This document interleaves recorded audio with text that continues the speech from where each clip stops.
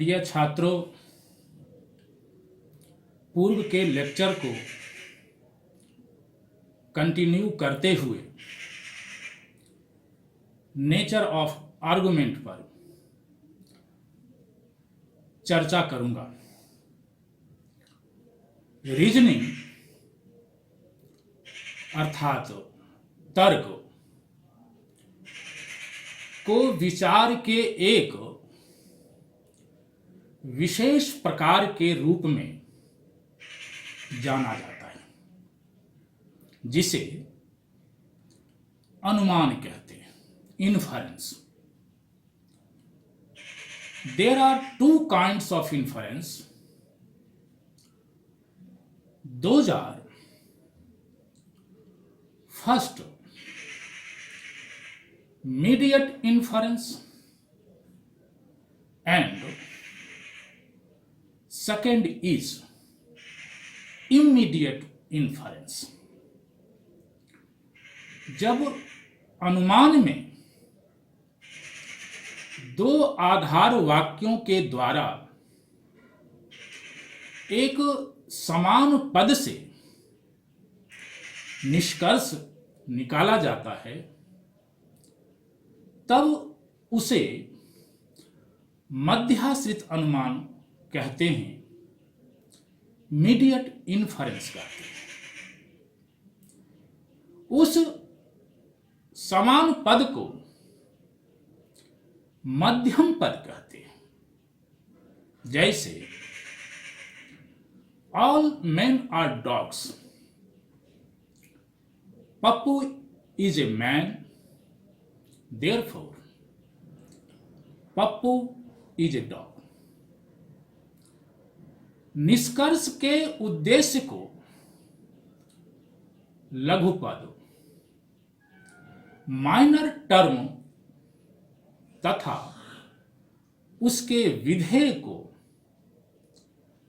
बृहत पद, major term कहा जाता है। इस उदाहरण में all man are dog, Pappu is a man, ये दो आधार वाक्य हैं। इसमें समान पद मैन है, इसलिए मैन मध्यम पद है, मिडिल टर्म है। और पप्पू इज ए डॉग, यह निष्कर्ष है, और निष्कर्ष का उद्देश्य पप्पू है, और उद्देश्य को लघु पद, माइनर टर्म कहते हैं। और निष्कर्ष का विधेय डॉग है। निष्कर्ष के विधेय को बृहत पद कहते हैं, मेजर टर्म कहते हैं, इसलिए डॉग यहां मेजर टर्म है। जिस वाक्य में बृहत पद पाया जाए उसे बृहत वाक्य कहते हैं, मेजर प्रेमिस कहते हैं, तथा जिस वाक्य में लघु पद पाया जाए उसे लघु वाक्य, माइनर प्रेमिस कहते हैं, तथा जिसमें बृहत पद तथा लघु पद दोनों ही पाया जाए उसे निष्कर्ष कहते हैं। दूसरा, इमीडिएट इन्फरेंस। इस अनुमान को साक्षात अनुमान कहा जाता है। यहां पर निष्कर्ष किसी मध्य के आधार पर नहीं निकाला जाता है। जैसे some crows are black, therefore all crows are black. यहां निष्कर्ष केवल एक आधार वाक्य के द्वारा निकाला जाता है। अनुमान एक प्रकार की क्रिया है जहां एक वाक्य की स्थापना एक या अधिक वाक्यों के आधार पर किया जाता है। इन वाक्यों को अनुमान की प्रक्रिया के आरंभिक बिंदु स्टार्टिंग पॉइंट तथा अंतिम बिंदु एंडिंग पॉइंट के रूप में जाना जाता है। तर्कशास्त्र का संबंध अनुमान के इन्हीं दो बिंदुओं से है, न कि अनुमान की प्रक्रिया से है। तर्कशास्त्र का काम उन दोनों बिंदुओं के बीच कौन सा संबंध है यह देखना है। आरंभिक बिंदु को हम आधार वाक्य तथा अंतिम बिंदु को हम निष्कर्ष के रूप में जानते हैं। अनुमान में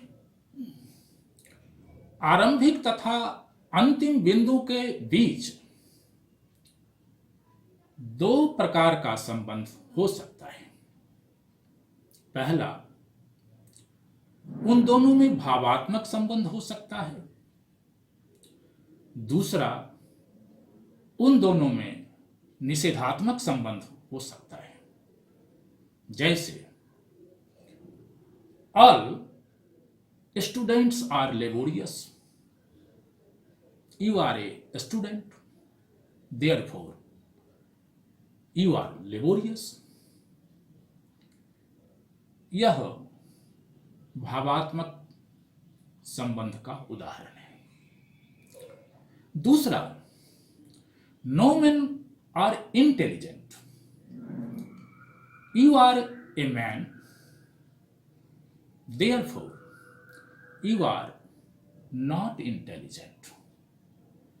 यह निषेधात्मक संबंध का उदाहरण है। वाक्य या तो सत्य होते हैं या असत्य। इस अर्थ में यह प्रश्न एवं आदेश से भिन्न होता है। प्रत्येक संभाव्य अनुमान के साथ एक आर्गुमेंट होता है तथा इसी आर्गुमेंट के साथ तर्कशास्त्र का संबंध है। आर्गुमेंट अर्थात युक्ति की परिभाषा में कहा गया है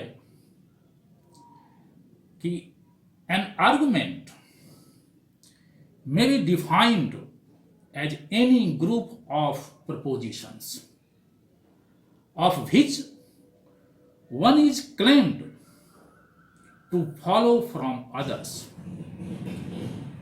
which are regarded as supplying evidence for the truth of that one. For example, all ministers are leaders. He is a minister, therefore he is a leader. Argument अर्थात युक्ति को कलेक्शन ऑफ स्टेटमेंट कहा जाता है। ध्यान देने योग्य बात यह है कि आर्गुमेंट को हिंदी में युक्ति कहते हैं और स्टेटमेंट को उक्ति कहते हैं।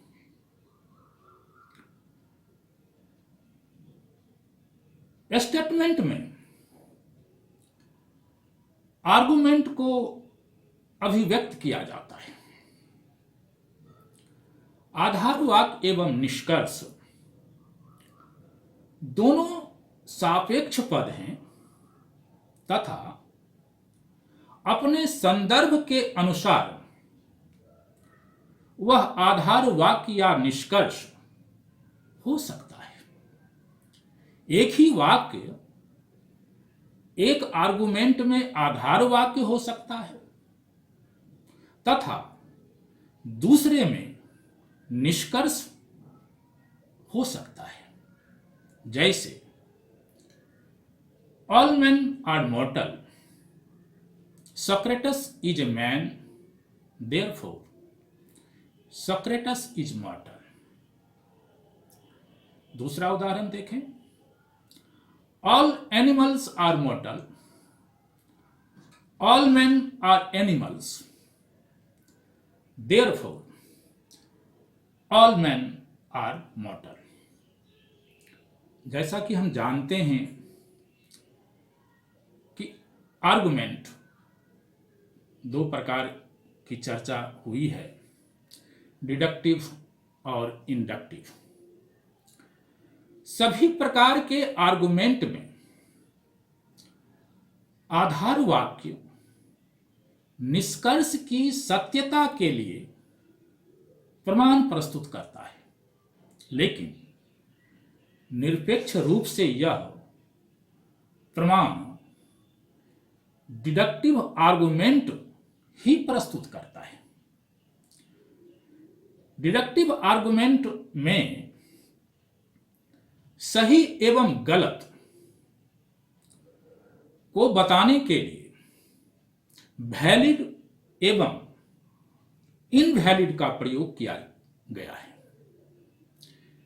डिडक्टिव आर्गुमेंट उस अवस्था में वैलिड होता है जब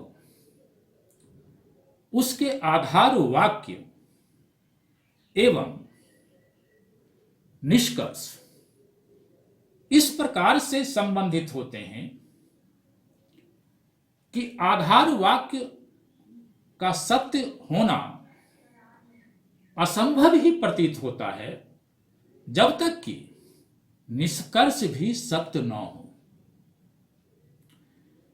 वैलिड आर्गुमेंट आधार वाक्य एवं निष्कर्ष में संबंध के स्वरूप का स्पष्टीकरण ही निगमन तर्कशास्त्र का काम है। इंडक्टिव आर्गुमेंट में उसका आधार वाक्य अपने निष्कर्ष के लिए आंशिक प्रमाण प्रस्तुत करता है। इंडक्टिव आर्गुमेंट में वैलिड एवं इनवैलिड पद का प्रयोग नहीं किया जाता है। सिंबॉलिक लॉजिक में हमारा संबंध डिडक्टिव आर्गुमेंट से है। प्रिय छात्रों, सिंबॉलिक लॉजिक का यह फर्स्ट चैप्टर है जो व्हाट इज लॉजिक से शुरू हुई है और नेचर ऑफ आर्गुमेंट तक हम पहुंचे हैं। नेक्स्ट लेक्चर में हम चाहेंगे कि सिंबॉलिक लॉजिक का फर्स्ट चैप्टर पूरा कर दें। स्कूल्स ऑफ लॉजिक की चर्चा होगी, ट्रुथ एंड फॉल्सिटी की चर्चा होगी। उसके बाद हम सेकेंड चैप्टर पर चर्चा करेंगे। धन्यवाद।